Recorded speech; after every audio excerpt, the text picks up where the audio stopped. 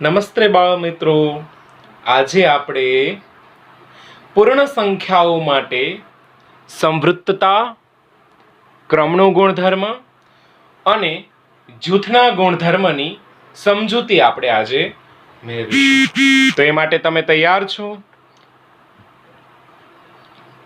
સૌપ્રથમ હું વાત કરું છું આપણે સંવૃત્તતાનો ગુણધર્મ. સંવૃત્તતાનો ગુણધર્મ આપણા પ્રકરણનું નામ છે પ્રકરણ 2 પૂર્ણ સંખ્યાઓ. તો પૂર્ણ સંખ્યાઓમાં આજે હું તમને આપણો સ્વાધ્યાય 2.3 શરૂ કરતા પહેલા એ જે સ્વાધ્યાયમાં જે દાખલાઓ આવે છે એ આ ગુણધર્મના આધારે એની ગણતરી આવશે. જો આ ગુણધર્મ નહીં આવડે તો તમને દાખલાઓના જવાબ સાચા મળશે નહીં, અથવા તમને એની ગણતરી કરવામાં ચોક્કસ ભૂલ પડવાની શક્યતાઓ રહેલી છે. અને આમ પણ જોઈએ તો તમારા આગળના ગણિતનો પાયો એ તમારા ધોરણ 6 નું આ પ્રકરણ છે, માટે આ ગુણધર્મો આવડવા જરૂરી છે. સંવૃત્તતાનો ગુણધર્મ એવું કહેવાય છે, એમાં આપણે સૌપ્રથમ સરવાળાની વાત કરીએ. પૂર્ણ સંખ્યાઓ માટે સરવાળા સંવૃત્ત છે કે નહીં એ આપણે પહેલા જોઈએ. તો સામાન્ય રીતે નિયમ એવું કહે છે, કોઈ પણ બે પૂર્ણ સંખ્યાઓનો સરવાળો કરતા કોઈ પણ બે પૂર્ણ સંખ્યાઓનો સરવાળો કરતા જવાબ હંમેશા પૂર્ણ સંખ્યા જ મળે. પૂર્ણ સંખ્યા જ મળે છે. સૌપ્રથમ તો તમે પહેલા એ ધ્યાન રાખી લો, પૂર્ણ સંખ્યા શું છે.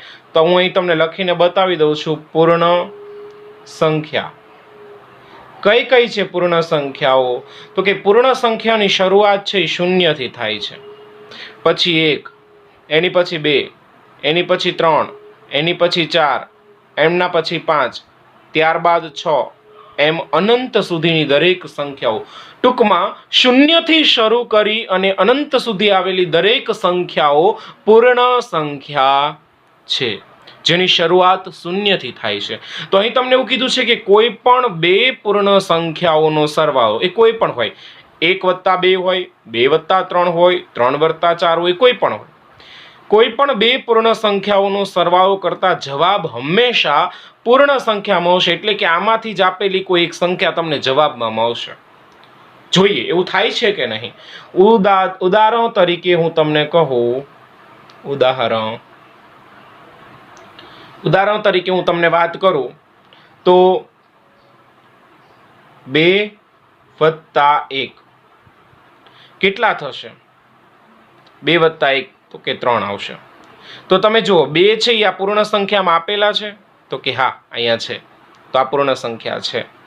વત્તા 1 છે એ આ પૂર્ણ સંખ્યામાં આપેલા છે, તો કે હા આપેલા છે, માટે એ પણ પૂર્ણ સંખ્યા છે. તો હવે 2 + 1 કર્યો તો જવાબ આપણને 3 મળ્યો છે. તો 3 છે એ અહીં પૂર્ણ સંખ્યામાં આપેલા છે, તો કે હા. તો માટે આ બંને પૂર્ણ સંખ્યાઓનો જવાબ પણ કેવો મળે છે? પૂર્ણ સંખ્યા મળે છે. હવે હું ઉદાહરણ તરીકે બીજી રકમ એવું કહું છું કે 0 + 1. 0 છે એ પૂર્ણ સંખ્યામાં આપેલો છે, તો કે હા આ રહ્યો. શરૂઆત જ 0 થી થાય છે પૂર્ણ સંખ્યાની, માટે આ પૂર્ણ સંખ્યા છે. વત્તા 1 છે એ પૂર્ણ સંખ્યામાં આપેલી છે, તો કે હા આપેલી છે, માટે આ પણ પૂર્ણ સંખ્યા છે. તો 0 + 1 કરો તો જવાબ શું આવશે? 1. તો એ પણ પૂર્ણ સંખ્યામાં આપેલી છે, તો કે હા બરાબર. તો કે ભાઈ એનો જવાબ પૂર્ણ સંખ્યા મળે છે.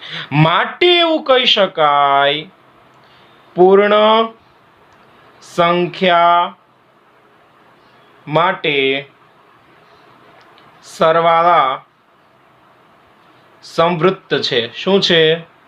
સંવૃત્ત છે.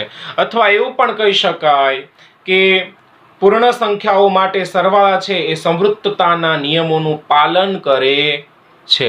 પૂર્ણ સંખ્યાઓ માટે સરવાળા છે એ સંવૃત્ત છે, અથવા એવું કહી શકો તમે કે પૂર્ણ સંખ્યા માટે સરવાળા સંવૃત્તતાના નિયમનું પાલન કરે છે. આવું પણ તમે કહી શકો છો. તો આ હતું સરવાળાની વાત હતી. કેની વાત હતી? આપણે જે વાત કરી એ કેની વાત કરી? તો કે સરવાળાની વાત કરી. એવી જ રીતે સરવાળા પછી શું આવે છે તમને ખ્યાલ છે? ધોરણ 1 થી 5માં તમે આ જ પાયાનું જ્ઞાન તમે મેળવ્યું છે. સરવાળા પછીનું પ્રકરણ તમારું આવતું હતું બાદબાકી. તો હવે આપણે બાદબાકી જોઈએ. બાદબાકીમાં શું કે છે? તો કે ભાઈ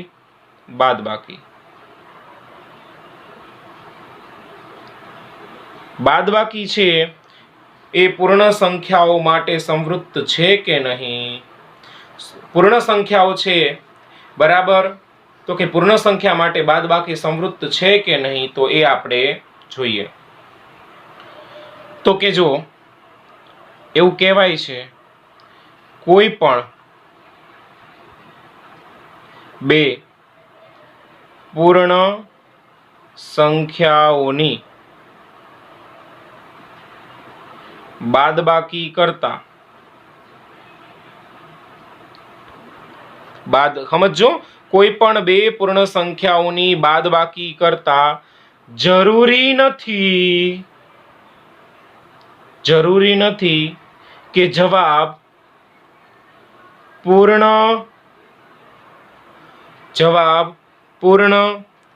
સંખ્યા જ મળે. એવું જરૂરી નથી, ખાસ સમજજો. બાદબાકી માટે એવું કહેવાય છે કે કોઈ પણ બે પૂર્ણ સંખ્યાઓની બાદબાકી કરો તો જરૂરી નથી કે જવાબ છે ને તમને પૂર્ણ સંખ્યામાં જ મળે. કોઈ વાર ના પણ મળશે. એવું નથી કહેતા કે ના જ મળે. કોઈ વાર મળશે, કોઈ વાર ના પણ મળે. ઉદાહરણ તરીકે હું તમને કહું,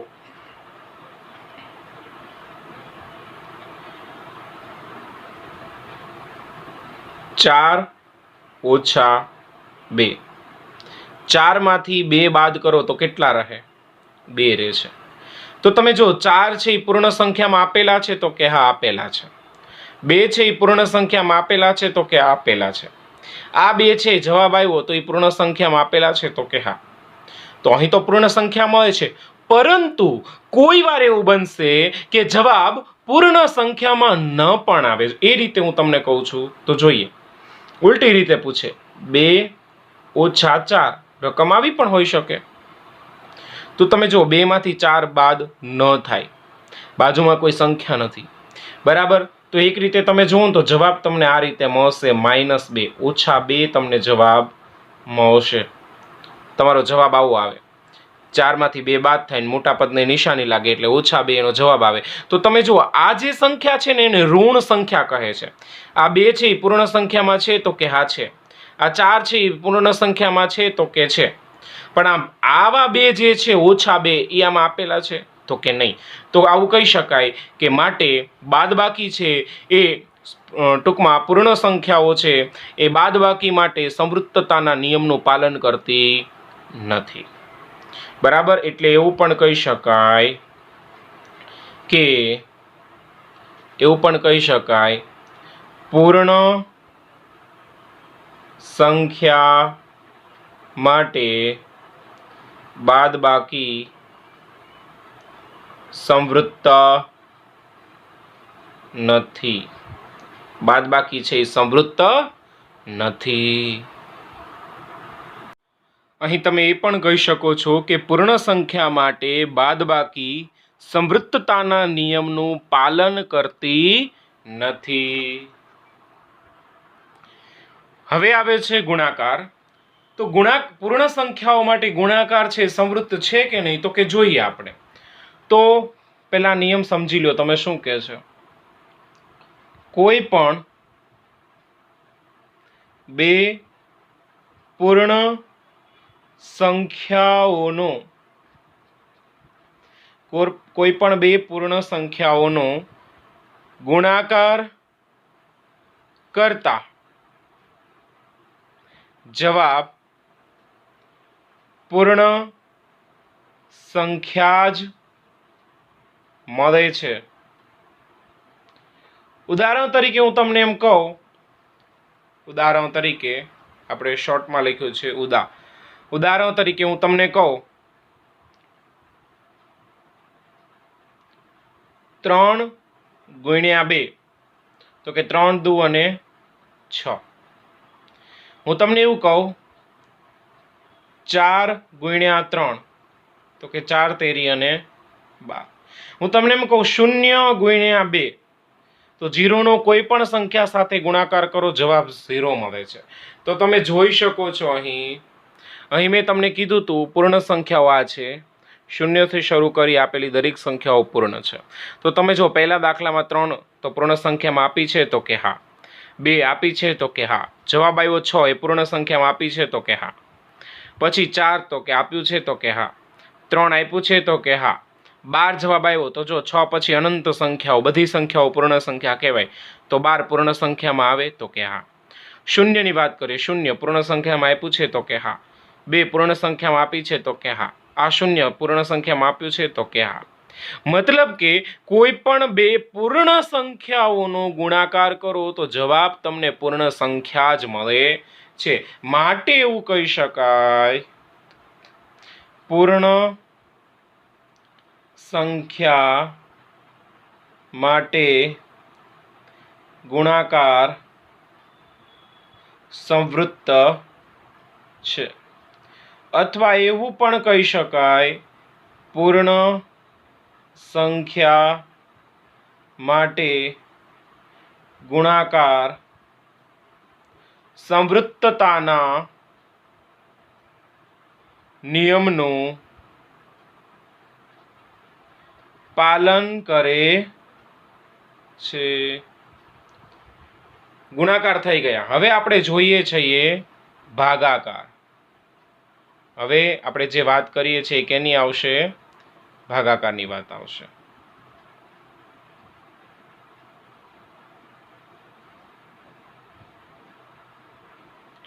ભાગાકાર. હવે તમે જુઓ અહીં પણ બાદબાકીની જેમ ભાગાકાર છે પૂર્ણ સંખ્યાઓ માટે સંવૃત્ત નથી. શા માટે સંવૃત્ત નથી તો એ પણ હું તમને સમજાવું છું. કોઈ પણ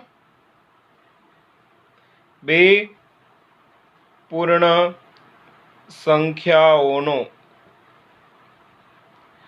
ભાગાકાર કરતા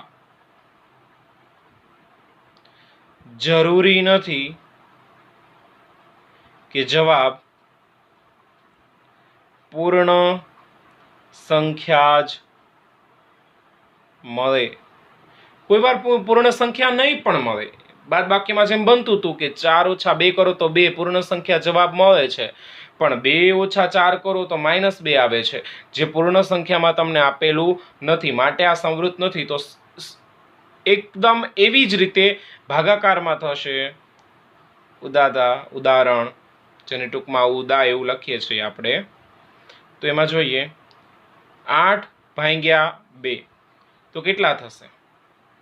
8 નો 2 સાથે ભાગાકાર કરો તો તમને જવાબ મળશે 4. 8 ઉપર આવશે, 2 નીચે આવશે, બરાબર 2 8/2 એટલે જવાબ 4 આવે છે. બરાબર છે. પરંતુ હું તમને એવું કહું છું કે ભાઈ 9/2 કરો તો 9 નો 2 સાથે ભાગાકાર થાય? ન થાય. માટે આ રીતે તમે લખો છો. તો આવી જે સંખ્યા છે એ પૂર્ણ સંખ્યામાં આવે છે નહીં, અને અપૂર્ણાંક કહેવાય છે. હવે અપૂર્ણાંક પૂર્ણ સંખ્યામાં આવે? ના આવે. માટે એવું કહી શકાય કે પૂર્ણ સંખ્યા માટે ભાગાકાર સંવૃત્ત નથી. પૂર્ણ સંખ્યા માટે ભાગાકાર સંવૃત્ત નથી. અથવા એવું પણ કહી શકાય પૂર્ણ સંખ્યા માટે ભાગાકાર સંવૃત્તતાના નિયમનું પાલન કરતા નથી. તો હવે તમને સમજાઈ ગયું હશે. સંવૃત્તતાનો ગુણધર્મ છે સરવાળા, બાદબાકી, ગુણાકાર અને ભાગાકારમાં સંવૃત્તતાનો ગુણધર્મ પૂરો થઈ ગયો. તો એમાં બે જ જગ્યાએ સંવૃત્તતાના ગુણધર્મનું પાલન થાય છે. એ છે એક સરવાળામાં પાલન થાય છે અને એક ગુણાકારમાં પાલન થાય છે. બાદબાકીમાં પાલન થતું નથી અને ભાગાકારમાં સંવૃત્તતાના ગુણધર્મનું પાલન થતું નથી. આવી જ રીતે હવે આપણે ક્રમ અને જૂથના ગુણધર્મ જોઈએ. હવે જો ક્રમનો ગુણધર્મ, તો ક્રમના ગુણધર્મમાં આપણે પહેલું લઈએ છીએ એમાં પણ સરવાળા. જેમ સંવૃત્તતાના નિયમમાં સરવાળા, ગુણાકાર, ટૂંકમાં સરવાળા, બાદબાકી, ગુણાકાર અને ભાગાકાર લીધા, એમ ક્રમના ગુણધર્મમાં પણ આ ચારે ચાર લઈશું. સરવાળા. સરવાળામાં ક્રમના ગુણધર્મ એમાં એવું કે છે કોઈ પણ બે પૂર્ણ સંખ્યાઓને કોઈ પણ ક્રમમાં સરવાળો કરી શકો.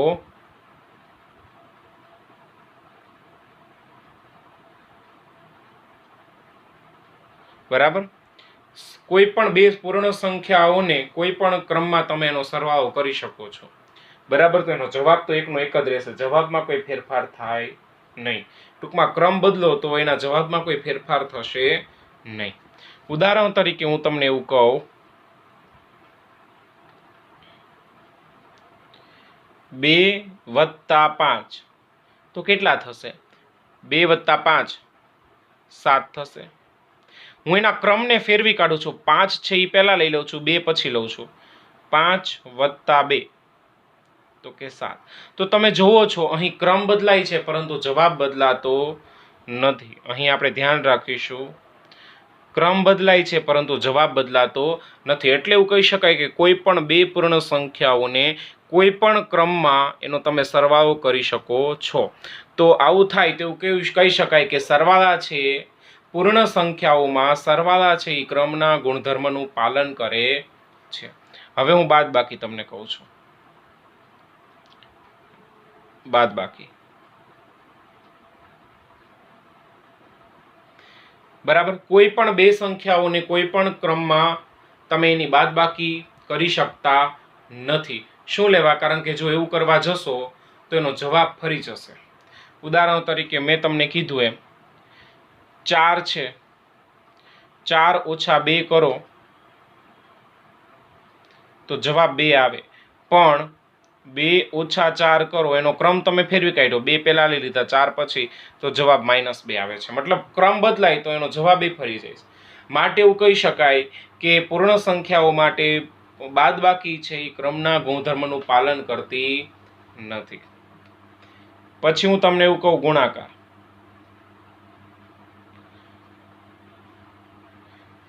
ગુણાકાર છે એ ક્રમના ગુણધર્મનું પાલન કરે છે તો કે જોઈએ. હું એમ કહું તમને 2 × 3 તો 2 તેરી 6. ઉદાહરણ 2 તેરી 6. હવે હું ક્રમને ફેરવી કાઢું, 3 પહેલા લઈ લઉં છું, 2 પછી જવા દઉં છું, તો 3 દુ 6. બરાબર. તો તમે જુઓ ક્રમ બદલાય છે તો જવાબ બદલાતો નથી. જવાબ તો એનો એ જ રહેશે. એ જ રીતે હું તમને આગળ એવું કહું કે 0 × 4 તો જવાબ 0 જ આવે. 0 નો કોઈ પણ સંખ્યા સાથે ગુણાકાર કરો, જવાબ 0. હું ક્રમ ફેરવું છું, 4 ને પહેલા લઉં છું, 0 પછી જવા દઉં છું, તો 4 × 0 = 0. તો ક્રમ બદલાય પણ જવાબ બદલાતો નથી. માટે સરવાળાની જેમ ગુણાકાર પણ છે એ ક્રમના ગુણધર્મનું પાલન કરે છે. હવે આવશે ભાગાકાર.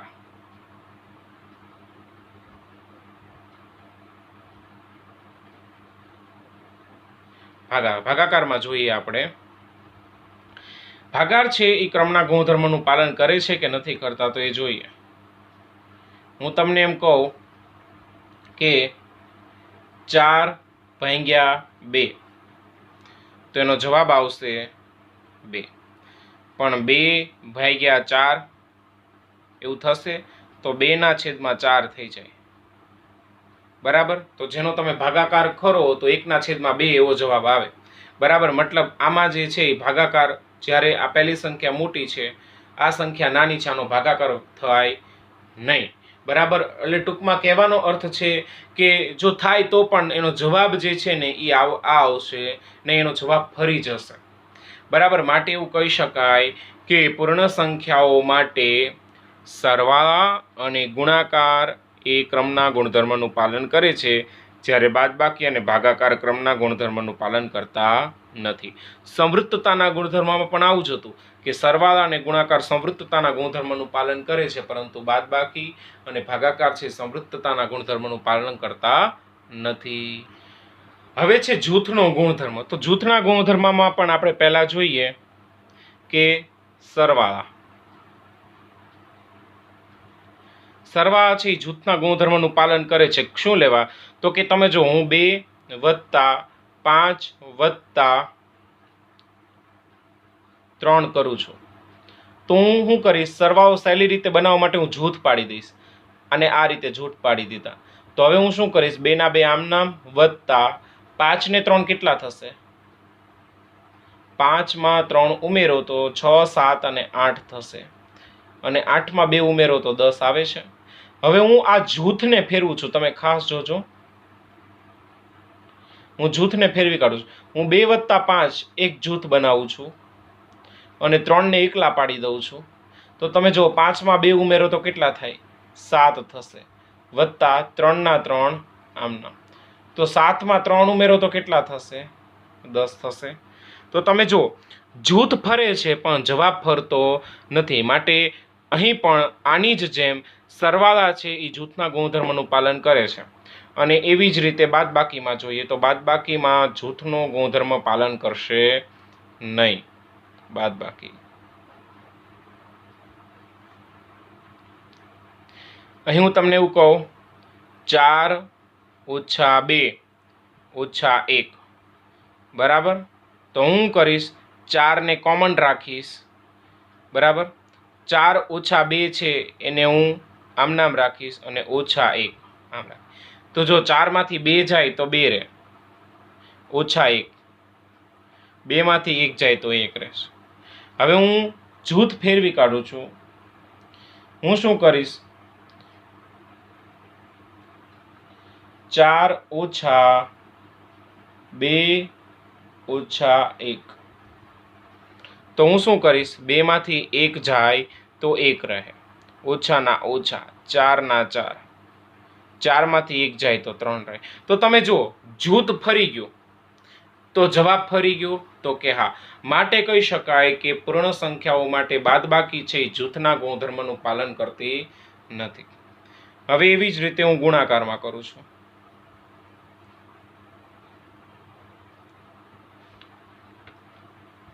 હું તમને એવું કહું છું 2 × 3 ×